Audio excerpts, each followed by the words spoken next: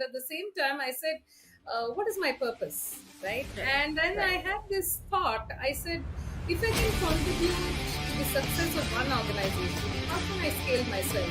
How can I contribute to more leaders and empower more people and help them? Hi, Sangeeta. Good afternoon. Good afternoon, Devika.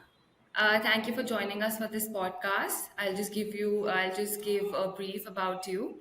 Sangeeta Shankaran Sumesh is a chief financial officer turned business and leadership coach.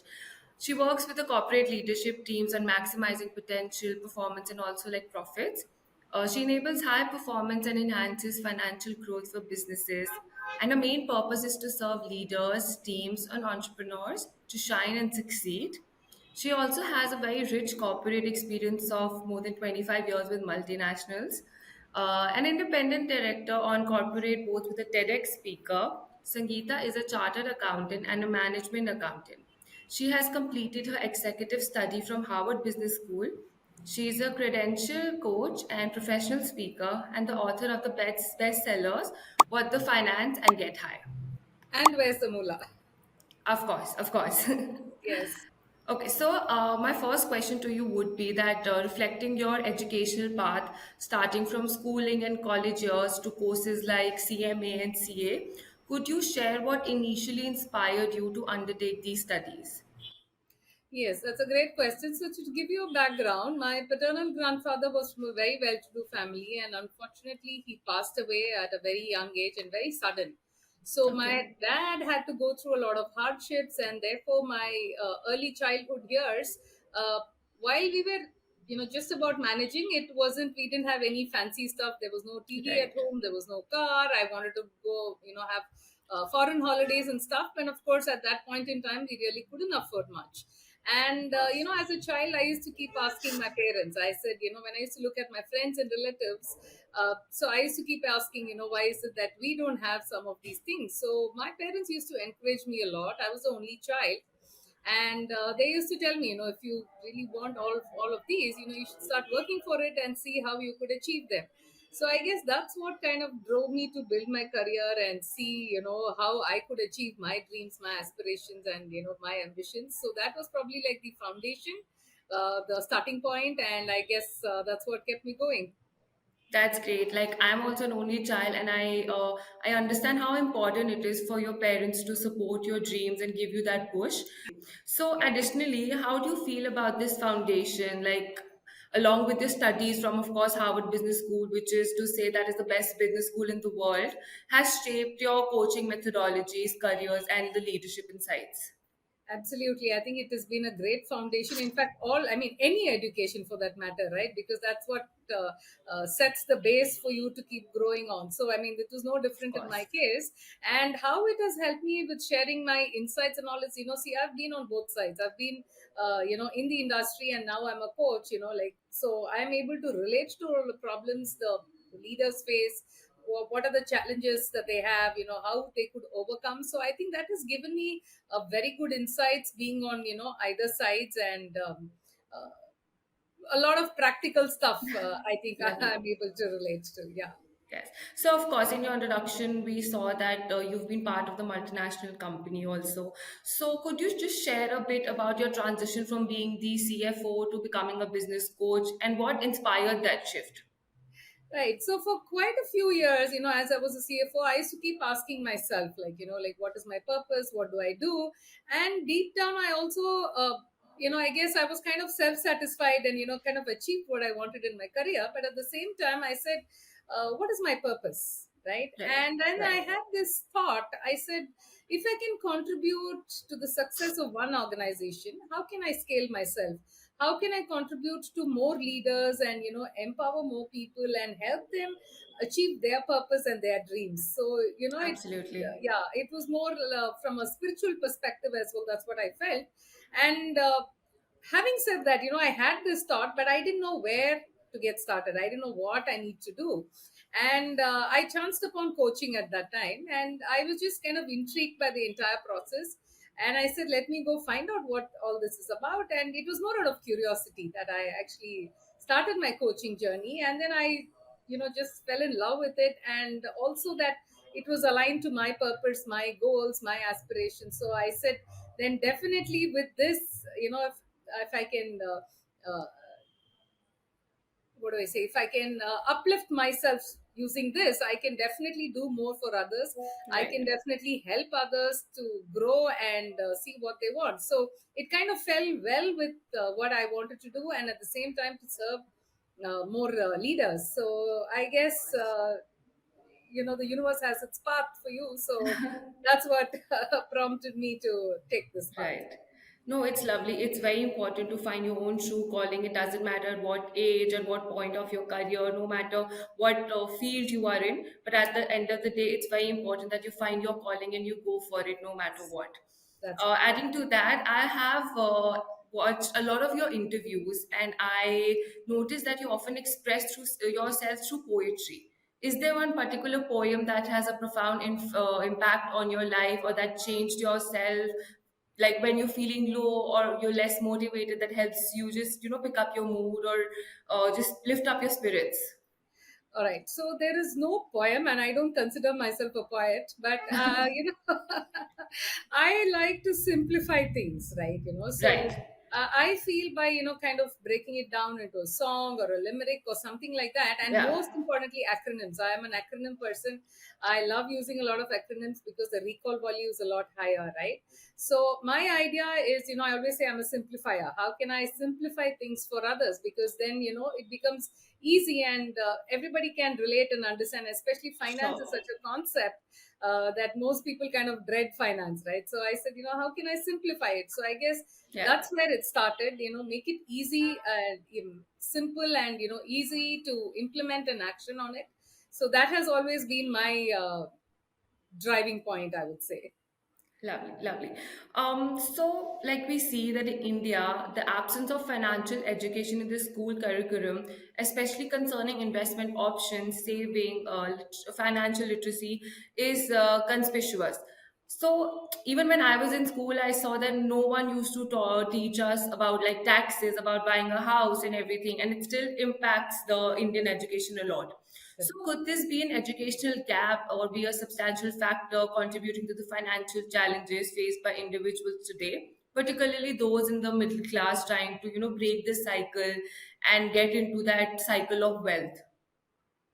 True, true. So it's quite a pity that the education system is such that we don't speak about financial Right. literacy, and not just the education. Even if you were to look at families, how many parents actually discuss money with the children, right? True, true. And it's money is something like kind of taboo. Nobody really wants to get into much into the financial aspects and the financial details, which I think has to change as a society.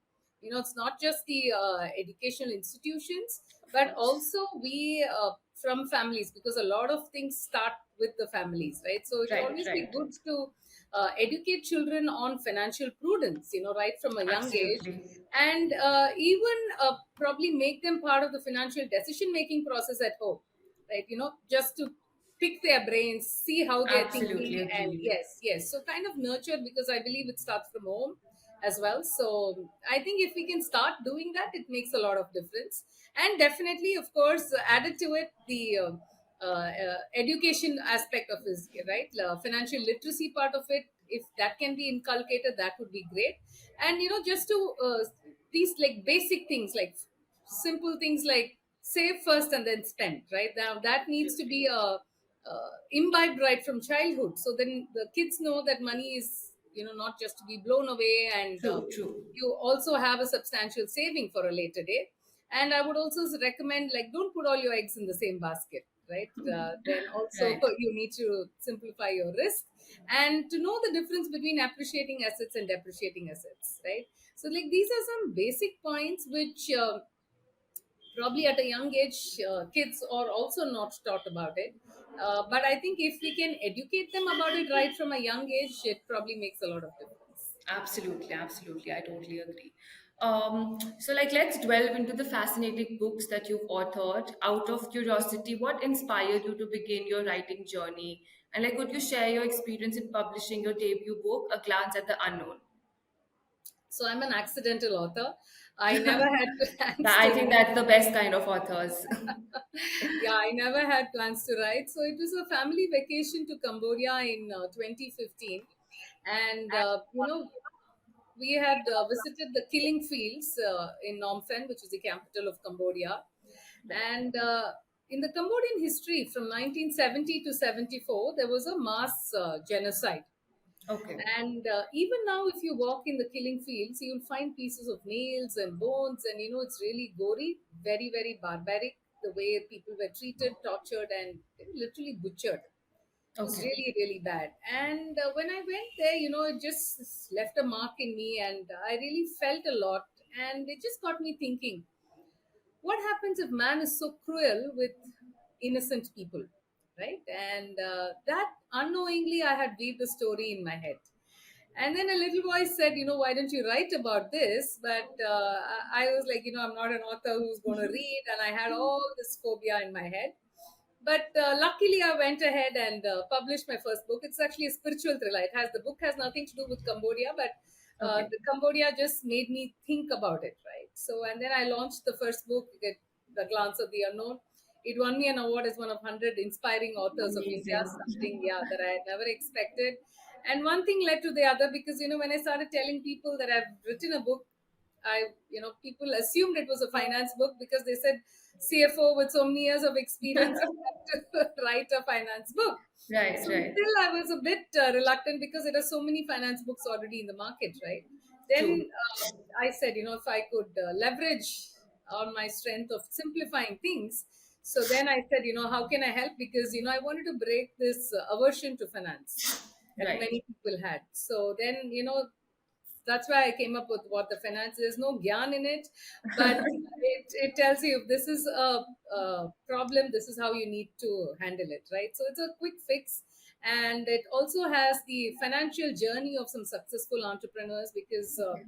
the mistakes they made, their learnings, their wisdom. Because I believe not everybody has to do the same mistakes, right? Right. So True. I've kind of made it as interesting as possible, very practical, hands-on, simple, and easy. And What the Finance is a bestseller. And one thing led to the other, and then from there I wrote Get High, which is how to coach yourself for high performance in your work, which has been endorsed by Marshall Goldsmith, New York Times Okay. bestseller, and few other industry leaders. And then of course there is Where's the Moolah, my latest. Of course. So I myself am an avid reader, and I always go in the process, and I think what actually inspires or what the process of the author is. So personally, could you just tell me and the audience like what is your writing process, your daily habits, routines, or like sources of inspiration? Like when you sit and write the book, what just gets your spirits high, and what your process is.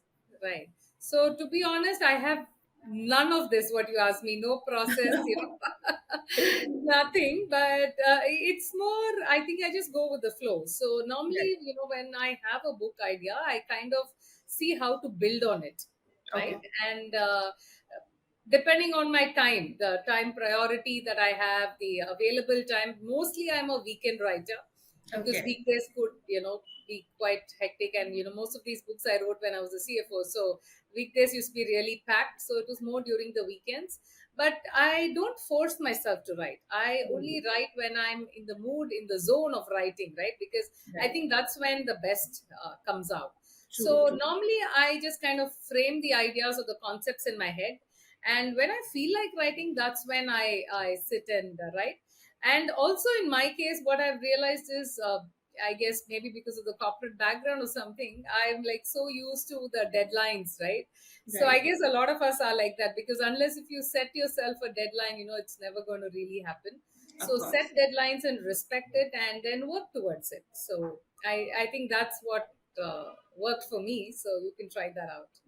What I understand that it's a very natural process. It comes to you very naturally when you start writing. Sometimes it's a good day, sometimes it's not. It's not a particular timetable that you can follow to write because it comes from within and it True. just like something that inspires you every day. Absolutely. Saying that we are in a digital age. So what you perceive like your primary challenges are or the other authors that face today? I think the level of reading has come down. by and large, I right? So agree. Agree. yes, so that is a big challenge, uh, because of course there are so many other sources of information and entertainment, right? Right. So that definitely is a challenge, and the number of readers, or the level of readership has come down. So that, I think, is definitely a huge challenge for many of us.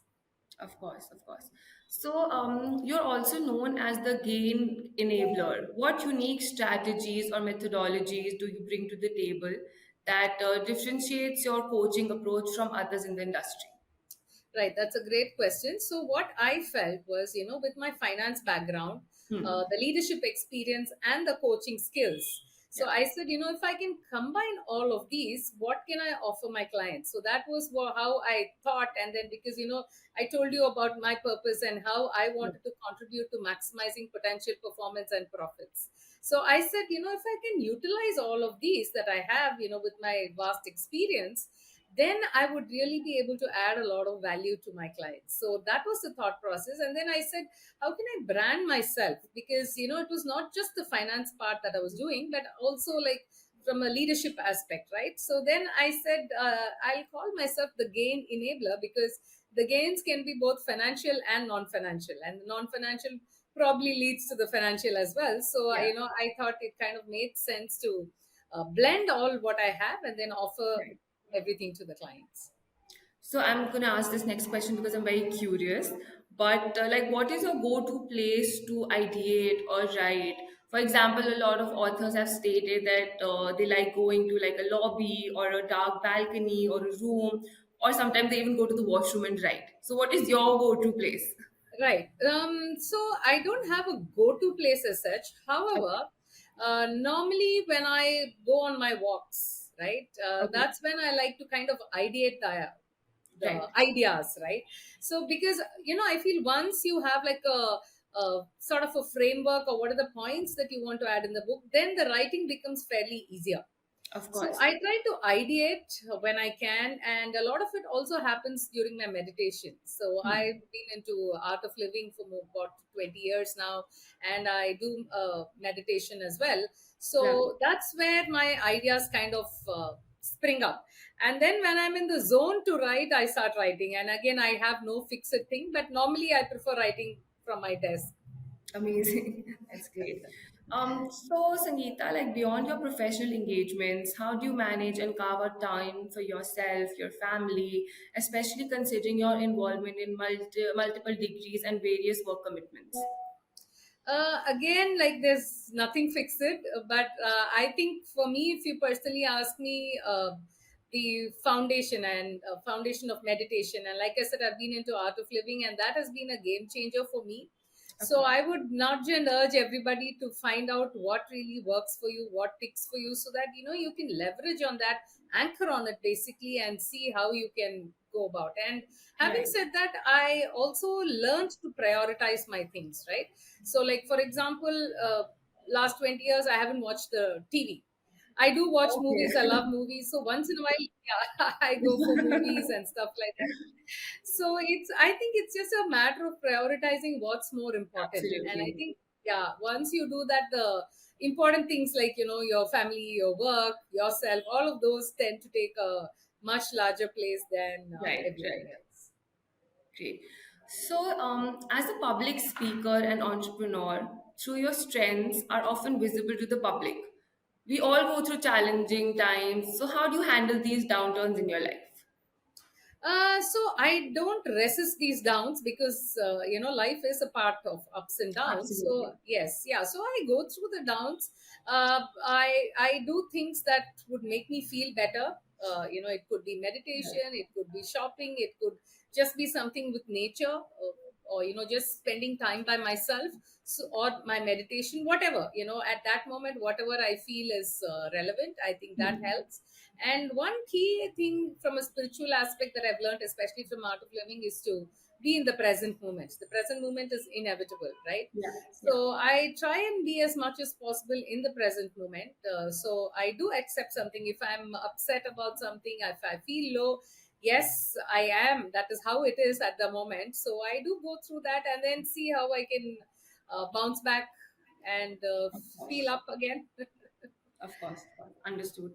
I think it's very important to take out time for yourself and just have a Yes, glance as to what your strengths and weaknesses are, pound over it rather than just focusing on what the public is saying. So I think that's that's a right. really That's good right. Yes. approach. And also, I've also felt there's no need to, many people I have seen, they want to put aside the emotions, especially, when you're not feeling too good.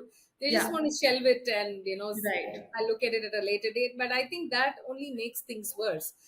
Whereas if you are able to go through it at that moment, I feel that, it can be faster. And, Absolutely. you're able to bounce back at a much faster and quicker rate. Of course.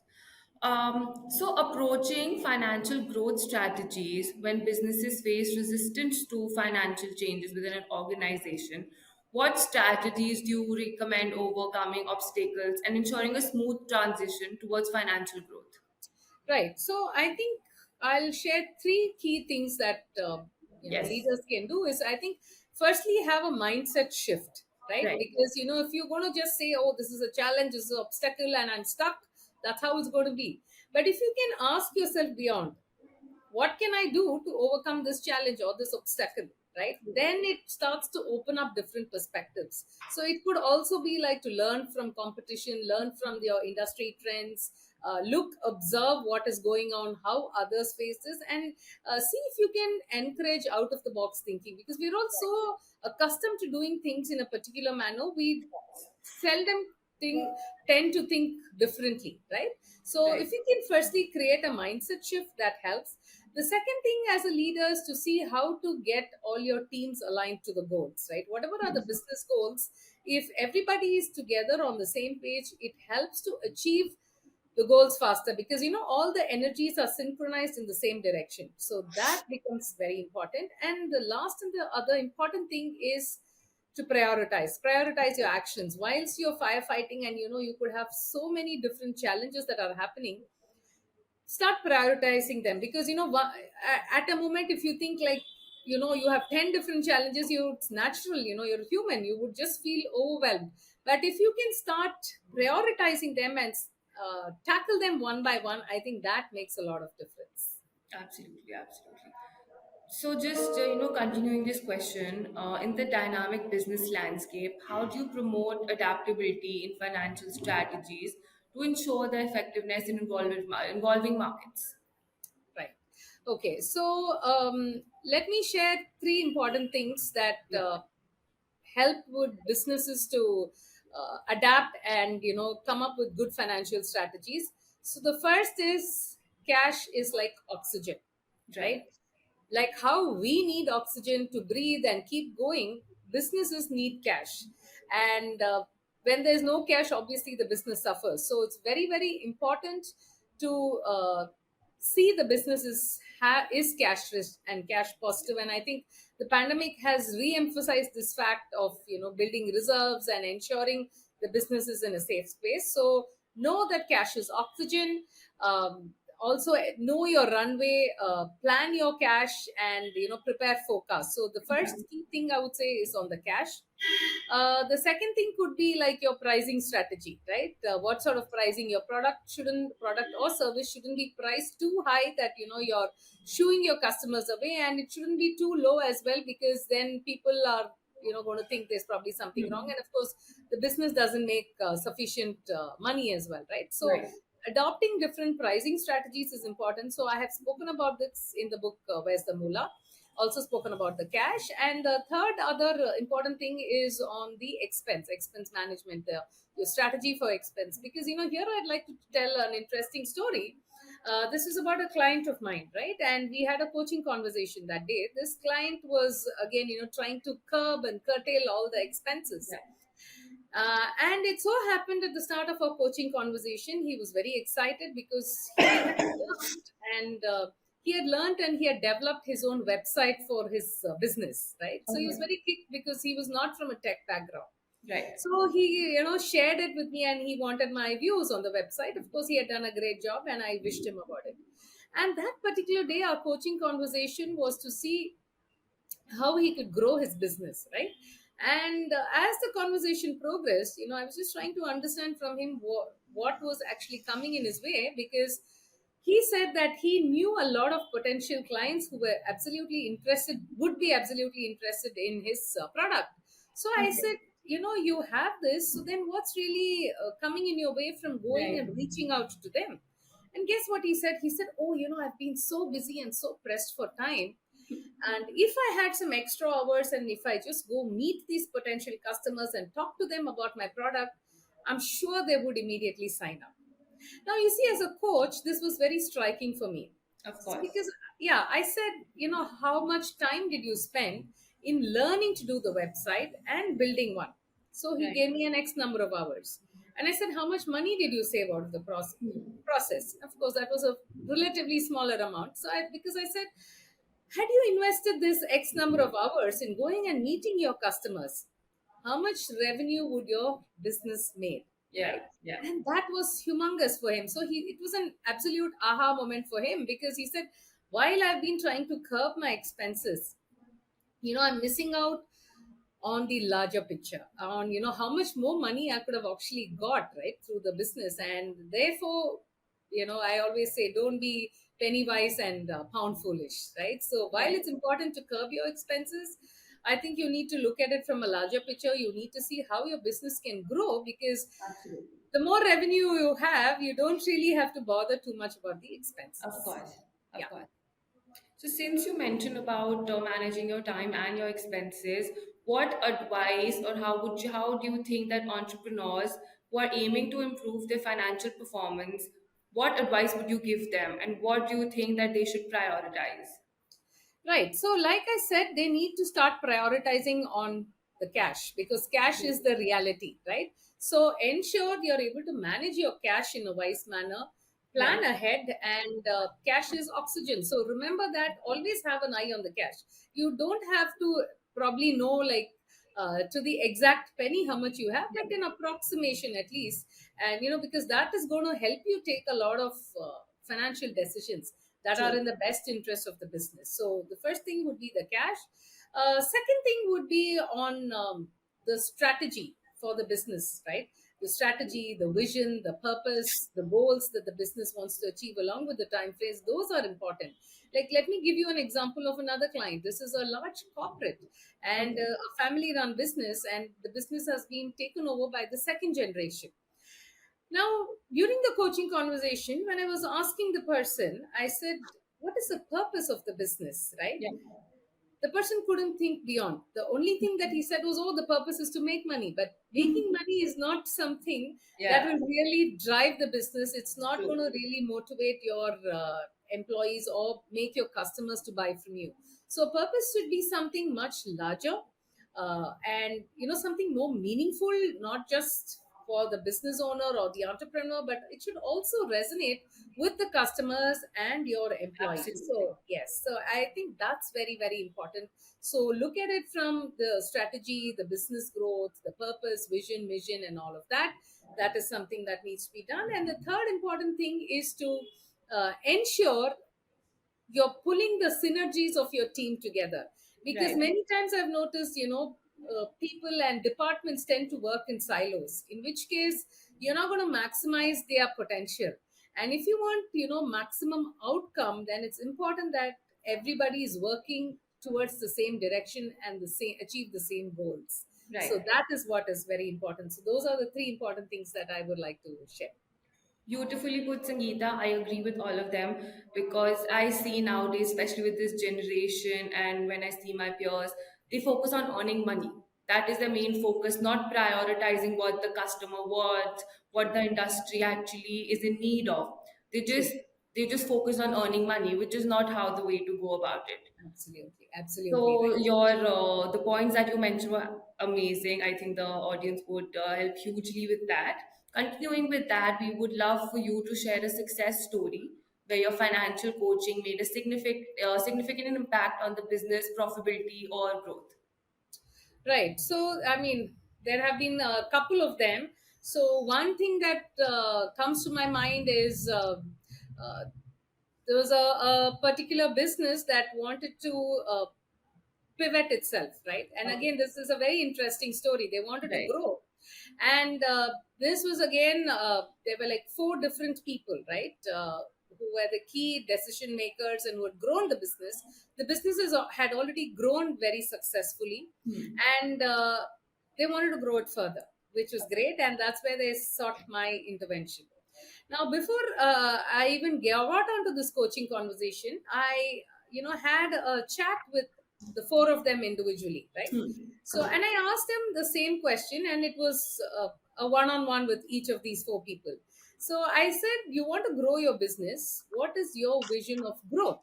Right? This Right. was a question, common question to I asked to all four of them individually. Now, one person said, for me, the business growth means I need to, have newer business verticals, right? Yeah. Newer products and all that. I said, okay, great. Another person said, I want to enter newer geographies, newer territories, like, Middle East, for in this case, like he said, I see a lot of potential in Middle Yeah. East, and therefore I want to have a branch in the Middle East, and I think we have a lot of scope to build from there. Yeah. The third one said, we have a lot of debt, and I think it will be good to get rid of the debt. And then the fourth one had something else. So Okay. each of them had a completely different picture, and then obviously, each of them would be working with their teams and pulling in different directions, and you see all the synergy is lost, right? Right. And when each one is looking at it differently without having a common goal. So that's what the coaching was about. So I said, how do we align everybody together? I said, all these goals are right, it's not that it's Right. wrong, but everybody has to kind of start to say, okay, one, two, three, first, like, let's say, look at newer products or newer verticals, whatever it is, right? And then we look at newer geography. So I said, let's start aligning, and then moving ahead based on one after the other, because if each one is going to be pulling not just them but also the team members into different directions, then it's going to not really help. So therefore we came up with a framework with a time frame to see where, how, what needs to be done, what sort of financial strategy needs to be done, and also getting the alignment of the teams, and the one-on-one coaching as well, which also included the leadership aspect, and that really gave them a lot of insights for the business growth. Of course, that's great. That's very insightful. But now I want to talk more about your new book, Where's the Moolah? Right. So, financial growth and hacking for business profitability. So, it promises insights into finding hidden treasures in businesses. So, like, could you give us a brief overview of the key concepts or strategies discussed in the book? Sure. So Moolah, like, means money, right? Right. So I Right. said, like, where's the money, in a business? So Yeah. that's what the book is about. So imagine there's a huge truck, right? And the truck has eight wheels. Yeah. Now, if the truck has to move ahead and, gain momentum and speed, then Hmm. all the wheels of this truck needs to be moving together, right? Yeah. And Absolutely. that's what I have equated a business. The business is like the Hmm. truck, and the wheels are the different functions or the different departments of the business. Yeah. So that's what I've said. If you want your business to propel ahead and grow financially, then ensure all the wheels are in sync with each other. So, So what true. are these different wheels? The eight wheels that I've spoken about in the business are your customer, your Yeah. people, strategy, operations, suppliers, marketing, IT, and so on, right? So, each chapter dwells upon each of these functions, and how, by focusing on particular aspects of these businesses, how it helps the business to grow financially. So that Yeah. is the gist of the book, right? So Right. I'll tell you reasons why one needs to read the book, especially leaders, if they want to grow their businesses. It does a complete business analysis, and it dissected the business into different functions, different departments, and what each function and department can do to contribute to the business growth. The Right. second reason is, it pivots on finance. So it has finance as the base, and therefore it tells you how you can grow profitably. The third is it has lovely insights from a lot of industry leaders, because I did a lot of interviews for this book, and gained insights on people who have specialized and succeeded in each of these different things. So it has beautiful insight from industry leaders. It also tells you about the mistakes to avoid, the common Yeah. pitfalls, right? So one need to be watchful of those mistakes, and do not have to repeat these mistakes. So it Yeah. talks about the mistakes to avoid. The fifth is it gives food for thought, right, on what you can do for your business, because you Right. can also learn from other businesses and grow. The sixth is it has lovely templates that you can follow, especially you feel a little lost or stuck on how to go about it.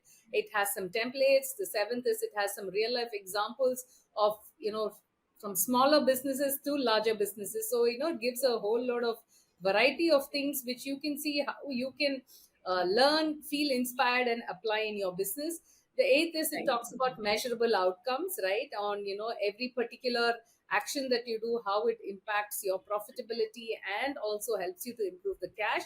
It has some reflective questions at the end of each section, so it makes you think on how you want your business to That's great. shape and grow. And lastly, it is all about actions that business leaders can take for better financial growth. So that are some reasons why one needs to read Where's the Moolah Financial Growth Hacking for Business Profitability. So I believe that you've ended up making book a very interactive concept. When the people are reading, they can actually just ask the questions in their own mind and have the answers also within. True. Am I right? True. Absolutely right. Yeah. Yeah. That's it. So Yes, as and an the same thing entrepreneur, yeah. I have also, I do it as a workshop for businesses, right? Okay, So lovely, it could be lovely. for a particular business or for different group of business owners, and then make them think and come up with these answers. Right, right. That's great. That's great. So, as an entrepreneur or a business leader, are you feeling very anxious about this book as to is it going to do well or is it going to be profitable? And like, what actions need to be taken for a better financial performance according to you? So, see, the idea of this book is to help businesses, especially the business leaders, because during my coaching, I've realized many people feel so stressed about the Yeah, business. People have sleepless nights, like how am right. I going to pay the salary this month? Stuff True, like true. that. So they have a lot of sleepless nights, and they feel very anxious about things. So the idea behind this book was, how can I contribute and make their lives better, right? Absolutely. With through my experience, and how can I make them think as a coach, right? So that Yeah, was the idea behind this book, and that's why I incorporated all different aspects of the business and did not want to limit it to just one particular thing, right? right, right. So they, because each business is different, each business could face different challenges, but at the end of the day they all have challenges and different Yeah. challenges. So that is why I brought in a lot of variety, be it the examples and the different aspects of the business. So wherever they feel stuck, the idea is this book would Yeah. help them to grow. Lovely. Thank you for beautifully explaining this to me. And I would love to know what are your future aims? Are you planning another book or like it is in your mind whether what concept are you going to target next or how is it going to help other people? Yes, so I do have couple of concepts for my next books, Lovely. but it's just that I haven't had the time to sit and develop on it. But Yeah, I said, okay, I also wanted to give myself a little bit of time. absolutely. Yeah, so probably I don't know, in the next year or two, hopefully another new book would come out. Right, right. So, what are your visions about the fintech and personal finance? Right. On the personal finance, definitely, you need to start planning young, because Right, the right. effect of compounding is a much, much larger and has a huge impact. So, therefore, start young as you can. There's no age limit for this. And even if you think and you feel you're slightly older, it's never too late. So, just get started. That's what is important. And regarding fintech, I think it's absolutely mind blowing, because we're talking about two powerful Yeah, areas, right? Finance and technology. And by marrying these two, I think the impact would be much larger. So, therefore, if you can see how you can blend these two and leverage on both these concepts, I think the future is very, very promising. of course, that's great. So, at the start of the podcast, you mentioned that you were a single child. You had a lot of support from your parents, and you were inspired by your grandparents as well. What would you tell the this generation and other people who do not have such supportive family, but they want to achieve something in their lives? What advice would you like to give them? Right. So I always say, I said, there's so much of inspiration all around us, and Yeah, all one needs to do is to just look around. And the inspiration could be from a child, from your neighbor, your junior, Yeah. right? Yeah. Your someone else in the family, if not your parents, your leaders, your bosses. There's inspiration, so much of inspiration around your friends, right? It could be anybody, and it could also be a mix of, you may like a particular aspect from, let's say, your boss. You may like something else from your neighbor, right? So Yeah. see what is actually inspiring you, and you grow and develop on that aspect, right? Right. Right. Because there would be certain things that would really resonate a lot with you, and you just listen to your mind voice, and that will tell you, yes, like, this Yeah. is something that really interests me. And you never know, like, what strengths that you have until you try it. Like, like I said, I was an accidental author. I didn't Yeah. even think I could write a book. So like that, you never know, you just look around, and definitely something or other would inspire you. And all it needs is opening up your eyes, your ears, and just start looking around. Lovely, lovely. So I was very excited to see you and your profile, you being the chief financial officer of so many multinational companies. Then you ended up writing such amazing books on finance. Whereas in this space that we are, we don't see a lot of females leading this industry, which is really not, it does not overwhelm me. It's very underwhelming to see this, and a lot of females who are, handling this field. So what comments do you have, and how do you think like us just girls and females should get more acquainted with this concept, and how they should go in this field more, taking that step and just go ahead with it? Right. So, if let's just take a step back Yeah. now, if you were to compare the generation prior to my generation, Right. there were very few women, right? Yeah. And Yeah. then my generation, there are a little more women, and your generation, there are many more, and I'm Yes. sure in the generations to come, there would be many, many more, right? Absolutely. So, I hope so. yes, I'm sure. Yeah. It's just a matter of time, number one. Right. Number Right. two is, we need to have a lot more real life role models, right? Absolutely. So we had few, like, I'm talking about my generation, and then Hmm. your generation has many more, and you guys would be role models for the next generation, right? Right. So Right. definitely by looking at the role models, the human mind is always like this. If it says, like, if she can do it, so can I, Absolutely. right? So therefore we need a lot of that, number one. And number Right. two, and the other very important thing is, uh, at homes, right? How are we bringing up the younger ones? Yeah. By just encouraging them. And like in my case, again, during my growing up years, there was no talk about gender. Hmm. It was only because it was only like whether I was capable of achieving something, Yeah. or how can I grow further. It was only that. It was nothing like, oh, you're a girl, you can't do this, you can't do that. That was never the case.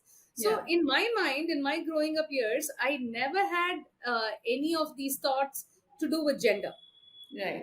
And I guess that helped, right? So if you have such thoughts, remove it. And as moms, like, there's another interesting thing that I've observed is, most people, when they, let's say, they have a boy and a girl, as Hmm. children.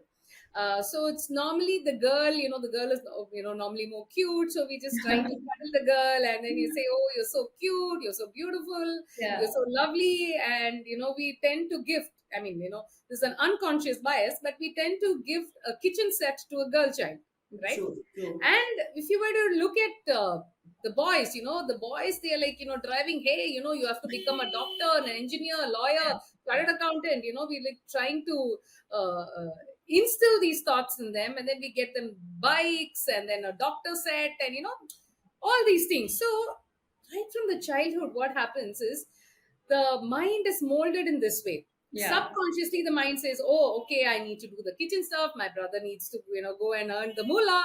Yeah. So that's the kind of thought that happens.